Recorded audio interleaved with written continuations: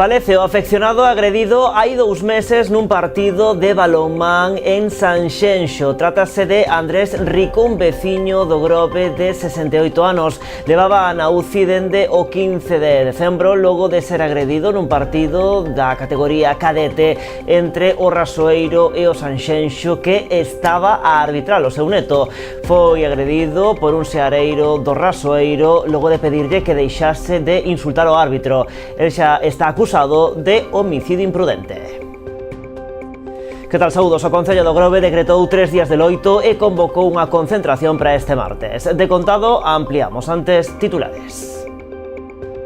Investigadas 7 persoas por unha presunta estafa a unha veciña de Muros. Segundo se recolle na propia denuncia, a víctima recibira na súa vivenda a visita dun comercial que, tras gañarse a súa confianza, lle vendeu un cobrecolchón valorado en 125 euros. Unha vez recibido o pedido, comprobou que no paquete viñan máis os artigos solicitados. Ao final estafáronlle uns 7.000 euros. A senda do Río dos Gafos en Pontevedra contará cunha nova zona de estancia. O Concello ten previsto a demolición dun antigo lavadoiro en ruínas situado na rúa Pontenova. A intención é acondicionar ese espazo e recuperar a contorna cunha achega que supera os 48.000 euros. O Concello de Ribeira segue a cometer actuacións para avanzar nun novo modelo de cidade. A vindeira actuación será a remodelación da fronte litoral da Ameixida na parroquia de Castiñeiras. Habilitaránse novos espazos peonís e zonas verdes. Comeza en Noia a súa Semana Saudable. Os queixos galegos con denominación de orixe protexida son os protagonistas destas xornadas que arrancaron esta mañá. Unha das primeiras actividades tivo lugar no centro ocupacional da Misela, onde os seus usuarios coñeceron os beneficios de consumir lácteos. E no Instituto Castro Alobre de Vilagarcía conmemoraron hoxe o Día de Rosalía. A rapazada participou nun concurso de deseño de colgadores inspirados na poetisa. As mellores propostas incorporáronse a unha creación conxunta coa que aproveitan para recadar fondos para as actividades do equipo de dinamización lingüística. Están vendo as novas do día en Canal Rías Baixas. Comezamos con esa tráxica nova no Grove.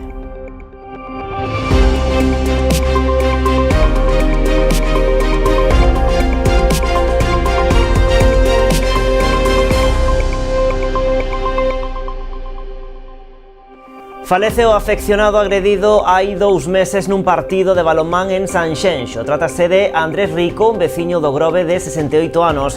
Levaba na UCI dende o 15 de decembro logo de ser agredido nun partido da categoría cadete entre o Rasoeiro e o Sanxenxo, que estaba a arbitrar o seu neto. Foi agredido por un seareiro do Rasoeiro logo de pedirlle que deixase de insultar o árbitro. El xa está acusado de homicidio imprudente. O Concello do Grove decretou 3 días de loito e convocou unha concentración para este martes. A conmoción no Grove é total o espertar este luns coa nova da morte de Andrés Rico, de 68 anos, moi coñecido na vila. Levaba en coma 2 meses logo dunha agresión nun partido de balonmán feminino entre o Rasoeiro e o Sanxenxo de categoría cadete que se estaba a disputar no pabillón de Vilalonga. O seu neto de 16 anos se estaba a arbitrar o partido. Farto de escoitar a un seareiro do Rasoeiro insultar ao rapaz, dirixiuse a el para que parase. Este respondeu empurrando e provocando que o home caese, recibindo un golpe na cabeza. O balonmán galego di estar hoxe de loito. O peor día que podíamos ter, non? Eu creo que o peor día dende que estamos ao cargo da Federación Galega de Balonmán. Un día que non queríamos que chegara en ningún momento, sabíamos que había esta posibilidade, e, bueno, o balonmán galego está de loito, e na loita contra unha lacra que está presente na nosa sociedade, que neste momento lle tocou ao balonmán.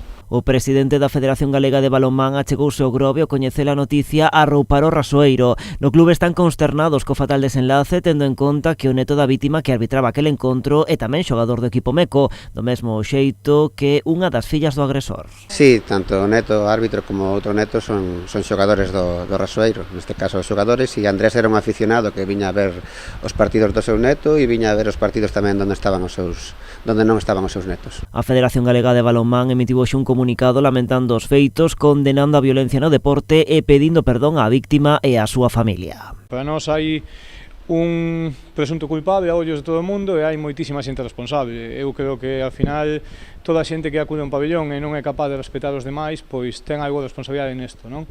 Levamos moitos anos de pevexa contra a violencia no noso deporte e, desgraciadamente, teñen que pasar cousas como esta para que a xente reflexione. Con todo salientan que agora é a xustiza a que debe actuar. Están máis de xustiza, eles terán que dirimir responsabilidades, bebe intencionalidades bueno, cada un que asuma as súas consecuencias. Nos o único que podemos pedir é que a xustiza actúe. Nós non somos quen de decir o que hai que facer con el, senón hai unha lei, hai unha xustiza e que debe intervir o antes posible.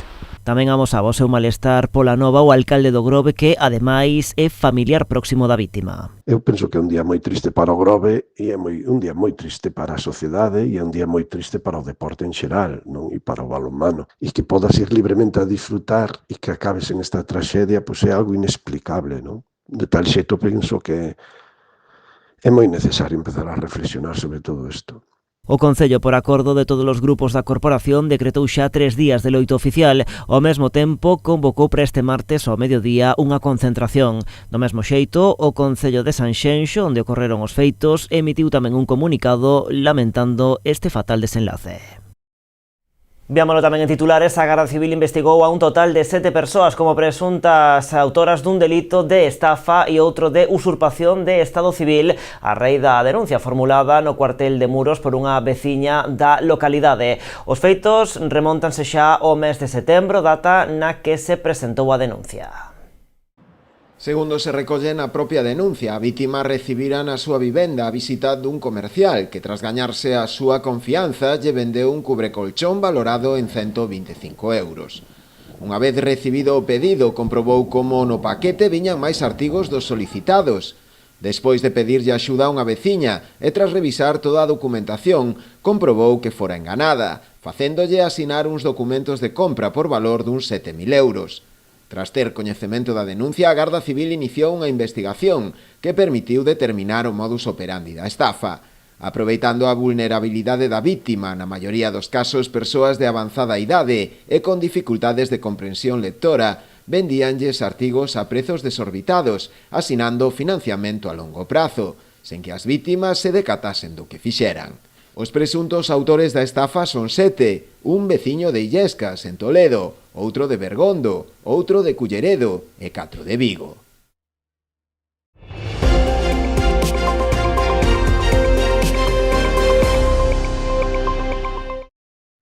Un informe xurídico elaborado pola secretaria municipal de Outes afirma que o concelleiro Tono Caamaño, unha vez ratificada a súa expulsión do Partido Socialista, deberá pasar á condición de concelleiro non adscrito. Así, non poderá formar parte do goberno que xurda da moción de censura, nin tampouco recibir salario algún do concello.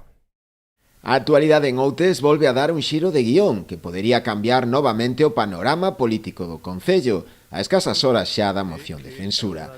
O goberno municipal, formado por Compromiso Outes e BNG, deu a coñecer un informe elaborado pola secretaria municipal respecto da situación na que quedaría o edil díscolo Tono Caamaño, unha vez que a súa expulsión do Partido Socialista sexa definitiva e firme, logo de presentar a moción de censura de xeito conxunto co Partido Popular. No informe recóllese que Caamaño deberá pasar á condición de concelleiro non adscrito, polo que non poderá formar parte do goberno que xurda da moción de censura, nin tampouco recibir salario algún do concello. Unha situación parecida a vivida noutros concellos de Galicia e mesmo do Estado, no que se viviron casos semellantes ao de Outes, en sintonía co pacto antitransfugismo. O acordo non impide que prospere a moción de censura, pero que si provocaría son cambios significativos no seu devir, xa que impide que o concelleiro tránsfuga se beneficie de apoialo, segundo sinalan dende o Concello.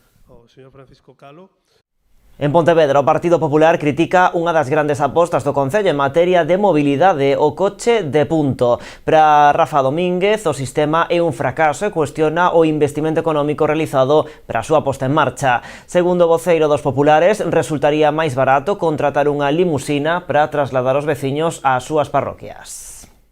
Pro Partido Popular de Pontevedra, o coñecido como coche de punto, o modelo de transporte a demanda proposto polo Concello resultou ser un fracaso. Creo que podemos hablar de un fracaso económico indudable y, desde luego, de un fracaso en el transporte a demanda, que era uno de los proyectos más importantes de Lores, en el que, repito, lleva trabajando unha década. O PP pon o foco no elevado custo que asegura ten este servizo que comezou a funcionar en outubro do ano pasado. Durante os 3 primeiros meses foi gratuito, agora os usuarios teñen que pagar 2,15 euros por viaxe.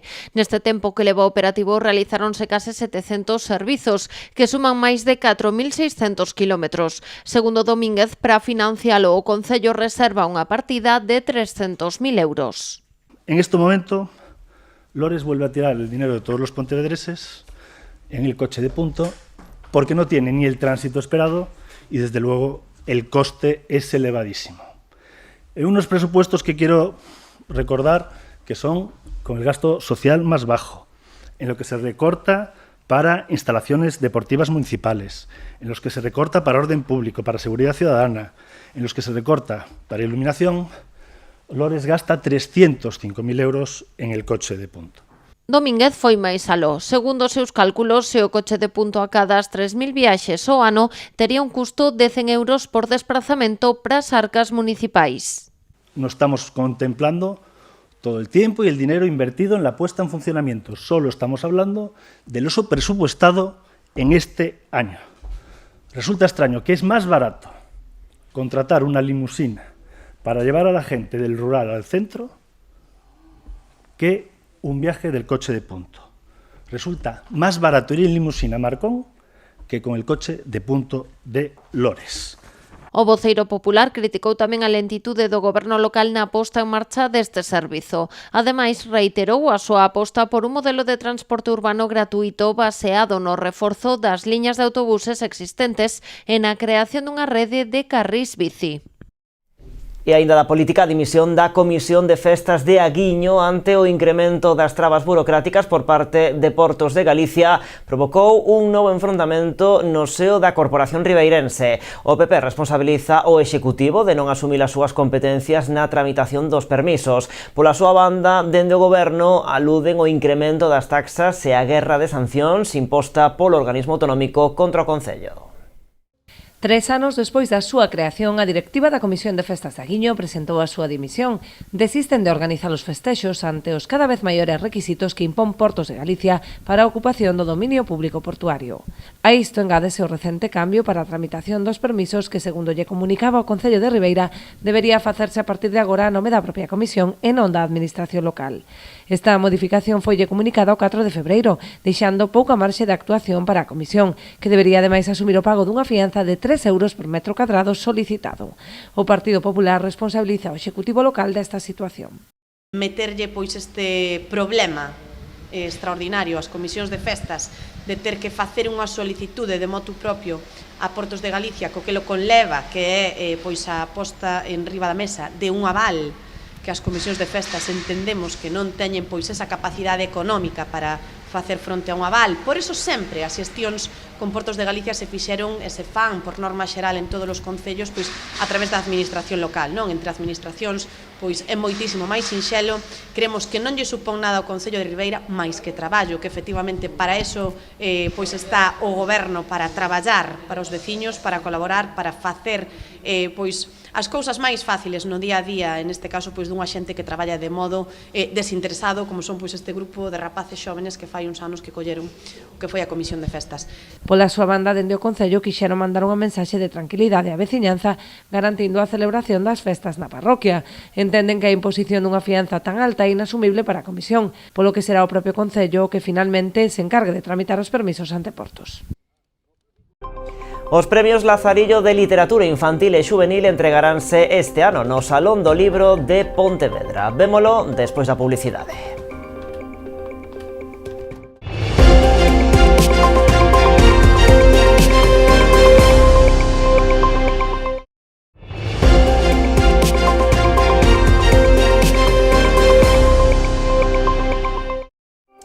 Aquí estamos nas novas en Canal Rías Baixas. A senda do Río dos Gafos en Pontevedra contará cunha nova zona de estancia. O Concello ten previsto a demolición dun antigo lavadoiro en ruínas situado na rúa Pontenova. A intención é acondicionar ese espazo e recuperar a contorna cunha achega que supera os 48.000 euros. O Concello de Pontevedra proxecta unha nova actuación na senda do Río Gafos, desta volta á altura do número 5 da rúa Pontenova. A intervención pasa pola demolición dunha edificación ruinosa usada como lavadoiro de 94 metros cadrados. Bueno, acolleu no seu momento un lavadoiro. Inicialmente era unha construción de pedra, pero que ao longo dos anos se foi modificando e ampliando, deixando un volume actual que non ten ningún valor histórico nin patrimonial. E, ademais, bueno, está nun estado bastante ruinoso e dá unha imaxe bastante mala da zona. A eliminación deste elemento permitirá recuperar un espazo de 170 metros cadrados que se habilitará como zona de estancia na beira esquerda do río. A actuación prevista consiste no derrubo da edificación e na recuperación da beira do río Gafos, con un espazo para o disfrute dos veciños, para os veciños da zona e para todos os pontevedreses e pontevedresas, porque os traballos mellorarán o acceso á senda do Gafos e tamén crearán un itinerario accesible á senda e un espazo de estancia pegada ao río, nunha cota máis baixa. O orzamento previsto supera os 48.000 euros. A intención do Concello é solicitar unha axuda á Xunta de Galicia no marco dunha liña de achegas do Goberno Autonómico pro impulso da infraestrutura verde e da conectividade destes espazos. Estas son pequenas obras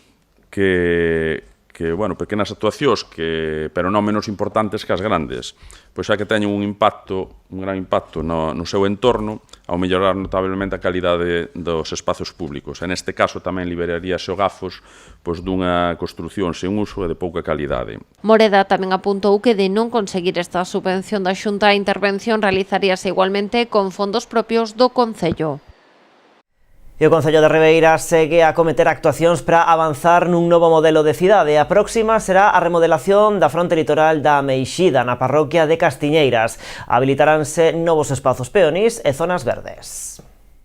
O proxecto, cun orzamento de 163.000 euros, consistirá na renovación de todo o bordo litoral da praia da Meixida, retirando os obstáculos visuais e habilitando espazos peonís e zonas verdes. Son 163.000 euros para renovar todo o fronte litoral da praia da Meixida, onde imos continuar con ese novo modelo de cidade urbana que pretendemos. Espazos destinados para as persoas, con máis espazos verdes, e que a xente poida ter un lugar de encontro na propia parroquia. Actualmente, no caso de a Meixida, presenta todo o pavimento de asfalto, había tamén unha construción que impedía ver o mar nun determinado punto desa esplanada e, por tanto, imos limpar visualmente toda a zona, vamos a incrementar as zonas verdes e tamén renovaránse algún elemento patrimonial, como por exemplo hai un lavadoiro ali que é particular dunha veciña, pero que ten a súa intención de conservalo no propio lugar e, por tanto, creemos que é un elemento patrimonial que hai que conservar e destacar, non? Xunto coa renovación do Paseo dos Mosqueiros, as dúas actuacións supoñen unha fonda transformación da fachada marítima da parroquia de Castiñeiras, cun investimento superior aos 400.000 euros. Esta actuación que vimos de axudicar por valor de 163.000 euros súmase a outra que xa está prácticamente finalizado, que é a da renovación do paseo de Mosqueiros na propia parroquia de Castiñeiras. Entre as dúas actuacións son máis de 400.000 euros que estamos investindo en renovar dous espazos nos que a xente da propia parroquia de Castiñeiras usa e desfruta de maneira habitual. Pretendemos con eles non só renovar esa fronte litoral que temos na nosa parroquia de Castiñeiras, senón tamén que a poboación desa parroquia e tamén os visitantes que chegan no propio verán teñan un espazo de encontro, de esparcimento. Con estas obras, Ribeira segue a avanzar cara a un novo modelo de cidade plasmado tamén noutras actuacións ao casco urbano, como a reforma do Centenario ou as rúas Mendiño e Otero Pedrallo. E o Concello de Muros informa de que se abre unha nova convocatoria de subvencións financiadas con fondos Next Generation da Unión Europea para a rehabilitación de vivendas na zona histórica da vila. A contía das achegas será de ata 21.400 euros por vivenda, unha cantidade que mesmo se podería incrementar ata un máximo de 1.000 euros por vivenda ou 12.000 por edificio obxecto de rehabilitación. Este programa de axudas forma parte dun paquete de medidas de apoio á vivenda e a conservación da zona histórica que realiza o goberno muradán. Dende o Concello informaron tamén da organización dunha xornada informativa na que se dará conta das novas axudas dispoñibles a este respecto. Será este vindeiro mércores a partir das 6:30 da tarde na antiga fábrica de Sel. Cambiamos de asunto. Pontevedra é a provincia galega que encabeza as solicitudes do bono enerxía PEME. Son máis de 180 os establecementos beneficiados desta medida, sumando xa máis de 130.000 euros en axudas. O pasado 17 de xaneiro abriu a quinta convocatoria deste programa, que conta cun orzamento de 2,5 millóns de euros. En pouco máis dun mes, o fondo xa está case esgotado. Hai máis de 400 solicitudes presentadas, cun investimento asociado de 2,6 millóns de euros. A maioría deles procedentes do sector da hostalería, o comercio ou os salóns de peiteado. Un destes establecementos é a panadería Veiga Nova en Sanxenxo, que recibiu a visita da Conselleira de Industria. Grazas a esta achega, o negocio puido renovar unha envasadora ao baleiro que lle permite un aforro de un 17% do consumo inicial. Son axudas que estamos dando para que as empresas poidan, por unha banda, pois aforrar nos investimentos que teñen que hacer, pero sobre todo en investimentos de eficiencia enerxética. Con deste xeito, pois permitimos modernizar as pequenas e medianas empresas, pero ademais axudar na transición enerxética e axudar nos aforros nos pagos da enerxía. Para poder comprar infraestructura, para poder compramos esta envasadora prácticamente para poder facer envíos online a toda España, polo tema da durabilidade. As empanadas van envasadas ao vacío, con gas inocuo, e a verdad que nos axuda moitísimo a enviar estas empanadas que se conserven totalmente frescas.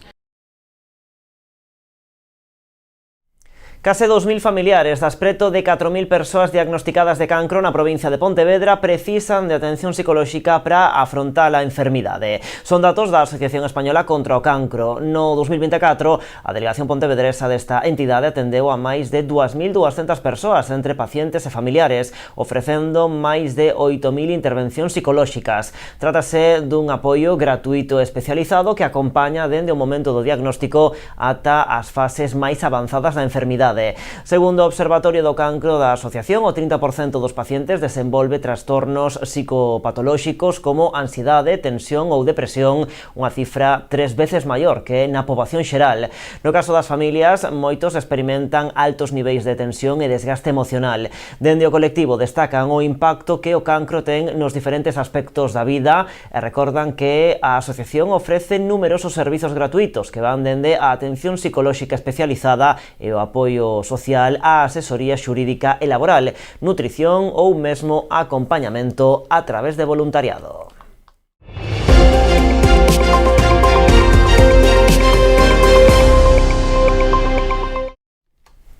Os queixos galegos con denominación de orixe protexida son os protagonistas da Semana Saudable que arrancou hoxe en Noia. Unha das primeiras actividades tivo lugar no Centro Ocupacional da Misela, onde os seus usuarios coñeceron os beneficios de consumir lácteos.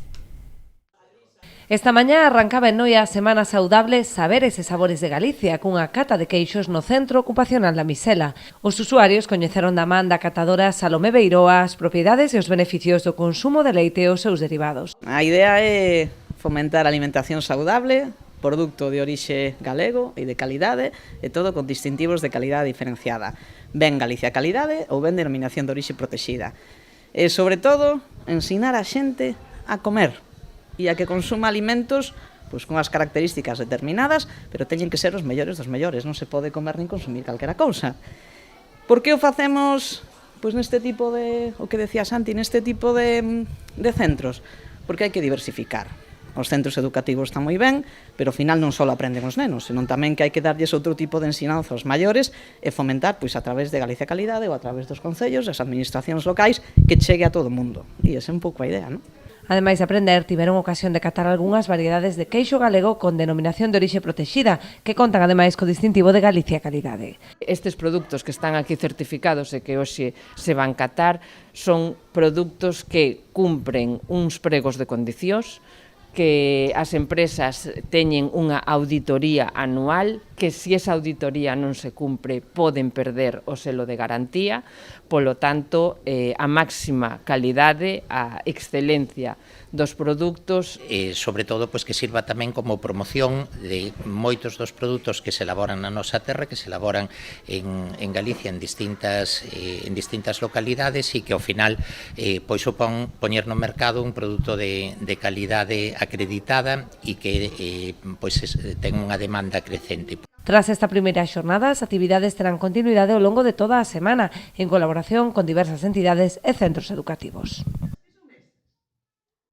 E a Asociación Amigos pon en marcha un proxecto para a conservación de corais. As voluntarias instalaron na lonxa de Ribeira un hospital para as colonias desta especie. O obxectivo final é a reinserción no mar tras un complexo proceso de recuperación. A entrada da lonxa de Ribeira converteuse estes días nun hospital de corais. Alí as voluntarias que participan no programa Dual Natura de Amigos recollen os corais que os mariñeiros traen nas redes para a súa recuperación. E aquí estes chicos o que fan é traballo e estudio o 50% da súa jornada e dedícanse a tareas medioambientales, sobre todo como esta que sería a reinserción de corales daqui das nosas costas. É un proxecto moi importante, moi especial tamén, porque combina pois discapacidade intelectual e tamén ciencia e axuda ao medio ambiente. O proceso é complexo e leva o seu tempo, pero o mimo e cuidado que poñen as voluntarias conclúe coa recuperación das gorgonias que acaban volvendo ao mar. Este é un coral que ten pólipos e dos pólipos fan unha colonia debaixo do mar. De cada cachos que lle quitamos fan uns corales da mesma gorgonia. Y las gorgonias las pescan los marineros por accidente en la red, le vienen por la red y cuando vienen, o sea, cuando cogen la red y les vienen, pues las meten aquí para reinsertarlas, para devolverlas al mar. Pues resulta que le hacemos un agujero a la piedra, en la piedra colocamos una especie de masilla que es donde va pegada la gorgonia y también le pegamos al lado una concha que sirve como carbonato cálcico para que se alimenten. Calquera persoa que queira colaborar tan só ten que chegarse ata a lonxa e depositar os corais recollidos. Cuando un marinero ou unha persona que trabaje en eso quiera traernos las gorgonias, que simplemente que nos escriban al número de WhatsApp y que nos digan la profundidad a las que lo encontraron y que nos la traigan a la lonja de Ribeira. O proxecto complétase cunha exposición de arte reciclada elaborada por usuarios de Amigos a través de lixo mariño. No Instituto Castro Alobre de Vilagarcía conmemoraron hoxe o Día de Rosalía. A rapazada do centro participou nun concurso de deseño de colgadores para móviles ou chaves inspirados na poetisa. As mellores propostas incorporáronse a unha creación conxunta coa que aproveitan para recadar fondos para as actividades que organizan dentro do equipo de normalización lingüística. No Instituto Castro Alobre de Vilagarcía, Rosalía está estes días máis presente que nunca. O alumnado do centro participou nunha actividade coa que se pretende homenaxear a poetisa de Padrón ao tempo que se fomenta o uso do galego entre a rapazada.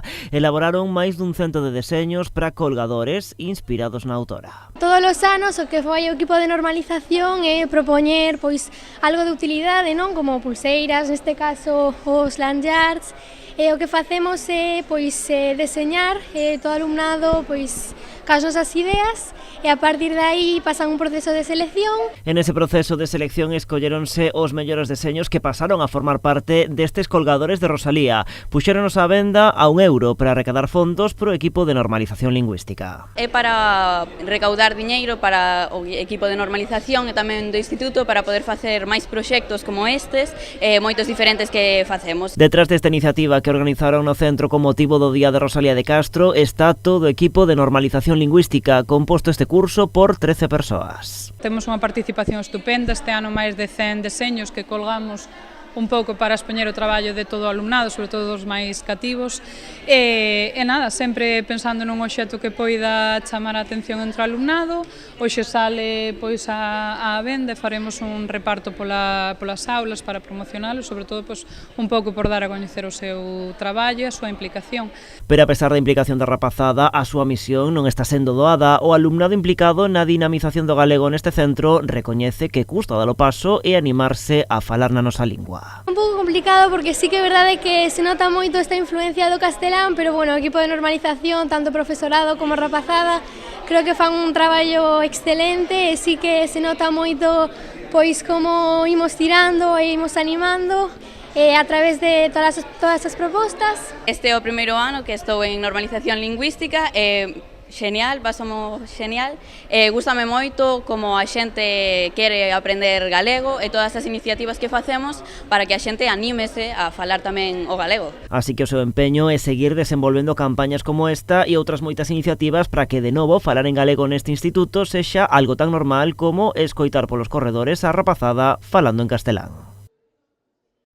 Os premios Lazarillo de Literatura Infantil e Xuvenil entregaránse este ano no Salón do Libro de Pontevedra. Será o día 2 de abril, coincidindo co Día do Libro Infantil e Xuvenil. E a primeira vez que este prestixioso galardón se entrega fora de Madrid ou Barcelona nos seus 70 anos de historia. Sempre se entregaron en Madrid, algunha vez que se entregaron en Barcelona, sempre estiveron dentro dese circuito das grandes editoriais Madrid e Barcelona, e por primeira vez saen dese circuito para viren a Pontevedra, donde o Salón do Libro va a estar orgullosísimo de acoller esta entrega de premios e este fallo do xurado dos premios Lazarillo, como digo, por primeira vez fora dese grande circuito. E Mercedes Pacheco, que é a secretaria técnica de Galix, pediu que si se facía así, que a primeira cidade non podía ser outra que Pontevedra. Polo que falabas do Salón do Libro, pero tamén pola organización do Culturgal, polo apoio decidido da cidade de Pontevedra ao libro infantil ou juvenil. Pensamos moito tamén nunha persoa pontevedresa, Anfina Casal de Rei, que non gañou o Lazarillo nunca, pero que é unha autora moi valorada dentro da organización estatal, da OEPLI, e non houve ninguna dúbida, foi decidido por unanimidade. Os premios Lazarillo convocáronse por primeira vez en 1958 e o máis antigo do Estado español en literatura infantil e xuvenil. Dende 1986 son competencia da Organización Española pro Libro Infantil e Xuvenil. O proxecto, con modalidades álbum ilustrado e creación literaria, busca fomentar a produción de literatura de calidade para cativade e mocidade e admite orixinais en calquera das linguas do Estado. Dende os seus inicios, 11 galegos recibiron o premio, entre eles Agustín Fernández Paz, Marilar Aleixandre, Ana María Fernández, María Solar ou Ledicia Costas, que o conseguiu ata en 3 ocasións. Zona Aberta, o colectivo de comerciantes e hostaleiros entregou esta mañá o premio do sorteo do Día dos Namorados. A afortunada foi Miriam García. Ela resultou a gañadora dunha cea romántica para 2 persoas logo de ter participado na campaña cunha compra na tenda de polos Pío Pío. Foi precisamente neste establecemento onde se lle fixo entrega do vale que lle vai permitir gozar desa velada romántica nos vindeiros días. Coa entrega deste galardón, o colectivo de comerciantes e hostaleiros de Vila García dá por rematada a súa campaña polo Día dos Namorados. Amósanse satisfeitos co seu resultado cunha moi boa participación entre a clientela. Ademais deste sorteo, en colaboración co Concello de Vila García, instalaron na Praza de Galicia un fotocall cun gran corazón para que a xente sacase fotos. Na tarde do propio día 14, na xornada de San Valentín, foron moitas as parellas de namorados que se achegaron ata alí para sacar a súa foto e levala no momento para a casa. Pois así, celebrando o amor, marchamos hoxe. A actualidade continúa en canalriasbaixas.com e tamén nas nosas redes sociais. Como sempre, graciñas por estaren aí.